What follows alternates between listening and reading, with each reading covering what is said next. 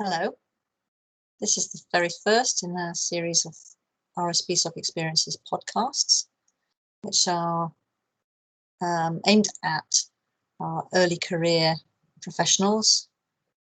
And I hope that certainly all of the executive officers of rspsoc and as many of council members as possible will take part and will do one of these.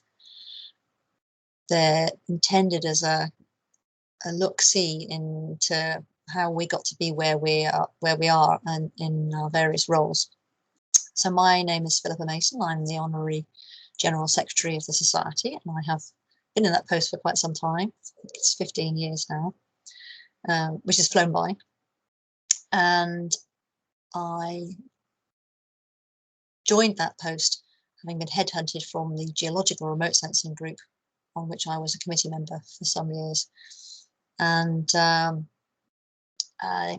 experience has been an entirely positive thing. I've learned an awful lot, very enjoyable, met lots of really nice and interesting people. It's a very positive experience in my life. So I'm a geologist by trade. I trained as a BSc geologist, and my first jobs were as a junior geoscientist doing field work with drilling rigs and all over the place. A year in Australia working for the mining industry and a couple of other things.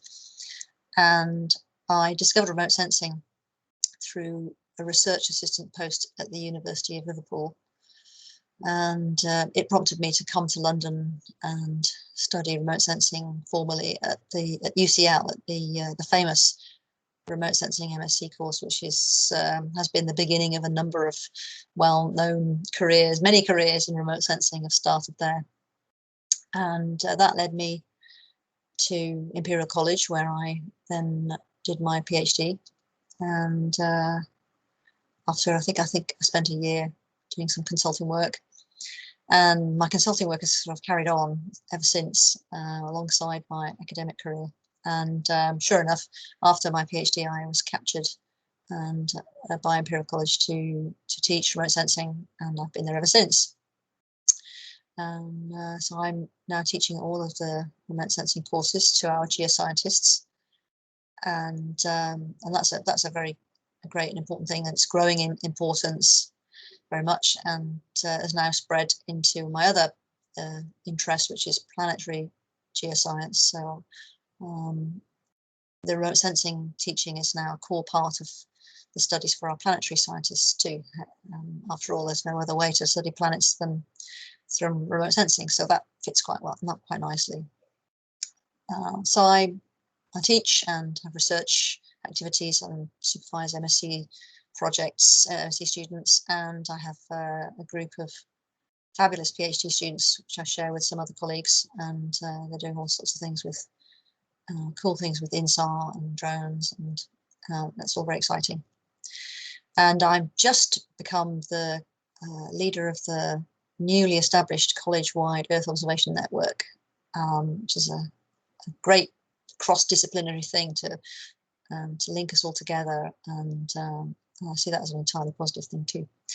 And if I'm brave enough to give any advice to anybody, I would say try to be confident. I wasn't very confident when I was young, so I said try to be confident, and even if you're not confident, fake it.